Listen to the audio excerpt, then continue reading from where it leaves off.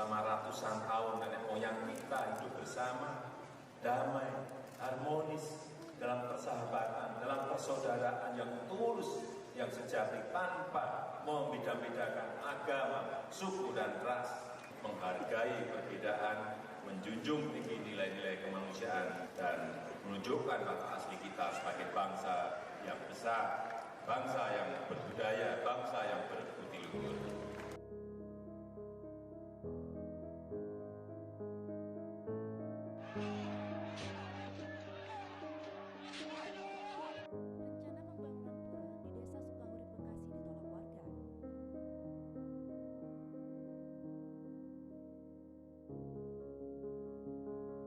Diskriminasi. Apa yang muncul di benak kalian pada saat pertama kali mendengarnya? Perbedaan, perpecahan, atau sikap merendahkan. Pada dasarnya, diskriminasi merupakan peristiwa yang biasa dalam masyarakat. Itu karena kecenderungan masyarakat untuk membeda-bedakan. Diskriminasi di Indonesia bukan merupakan hal yang baru. Bahkan yang sampai saat ini terjadi yakni diskriminasi agama. Maka dari itu, kami dalam video kampanye ini mencoba untuk menyadarkan masyarakat mengenai kebebasan beragama yang sudah dijamin oleh negara melalui undang-undang, serta menumbuhkan sikap toleransi dan saling menghargai antar umat beragama. Dengan kami mengambil sampel dari 3 pemuka agama di Indonesia untuk mengemukakan suara mereka mengenai kasus diskriminasi atau intoleransi di Indonesia. Om Swastiastu. Namo Buddhaya. Salam kebajikan. Saya Idewo Putiyasa SAG sebagai Pinandite Sanggeraha Nusantara. Saya Wirya Parama. Kebetulan saya di Wihara Tahimbia Bandar Lampung ini sebagai rohaniawan. Saya Kevin Wijaya, saya adalah seorang mahasiswa. Sebenarnya saya adalah orang Muslim, namun yang pemuka agama Konghucu adalah kakek saya. Kebetulan kakek saya tidak bisa diwawancara, jadi saya mewakilkan. Atasan-atasan saya yang tadinya saya orang pekerja, setiap kegiatan saya ikut kerja dilibatkan. Begitu pulang dari sana tidak dilibatkan dengan alasan tidak berani merentah atasan itu.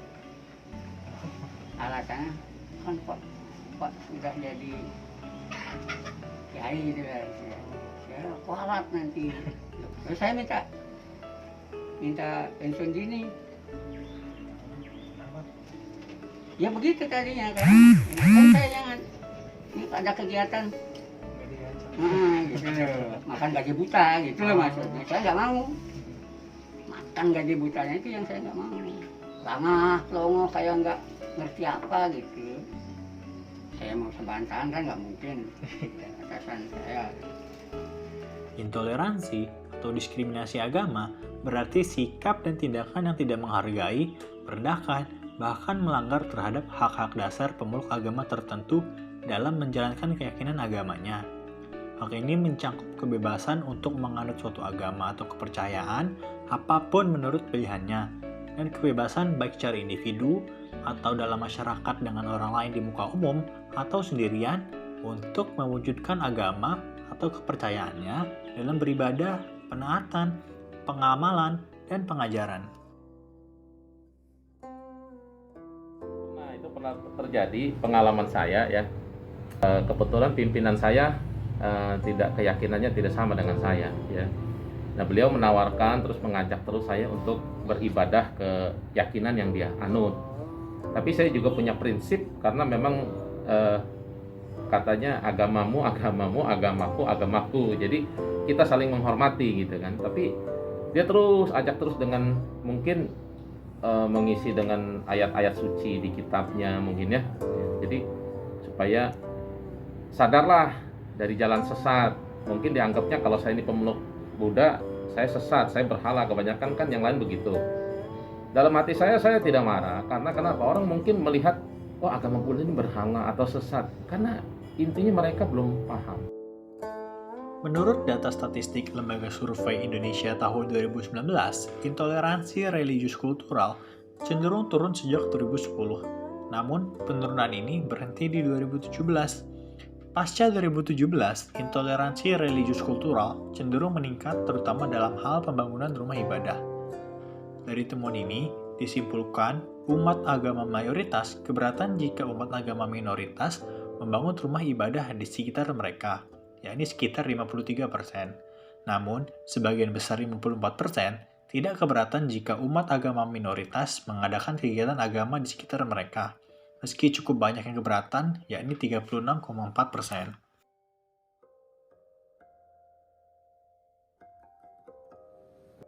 Menurut saya, upaya pemerintah dalam menjaga kerukunan antar umat beragama di Indonesia ini cukuplah baik. Namun, dari apa yang kakek saya alami sebagai umat Konghucu mengenai kelenteng atau rumah ibadah di Bandar Lampung ini terutama sangatlah susah, bahkan tidak ada.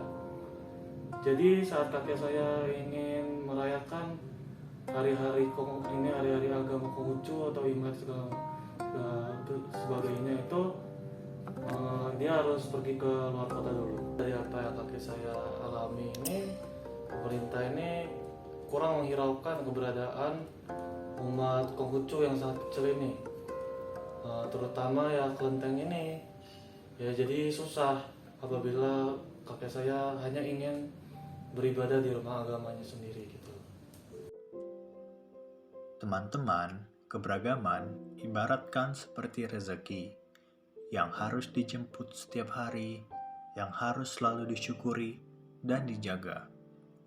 Belas kasih, cinta kasih, saling mengasihi, apapun suku kita, agama kita, warna kita, kita semua adalah makhluk yang dianugerahi oleh Yang Maha Kuasa. Kamu mungkin berhasil menyebar teror, diskriminasi, Tetapi kamu tidak akan bisa Mencegah warna-warni keberagaman Indonesia. Bagaimana memaknai sebuah toleransi? Mayor, minor, semuanya tentang kebinekaan. Indonesia kaya akan suku, agama, ras, dan kebudayaan. Bisa menjaga kebersamaan adalah hal yang patut kita punya, karena kita adalah saudara di Ibu Pertiwi ini. Indonesia tanpa diskriminasi agama. Indonesia tanpa diskriminasi agama. Indonesia tanpa diskriminasi agama.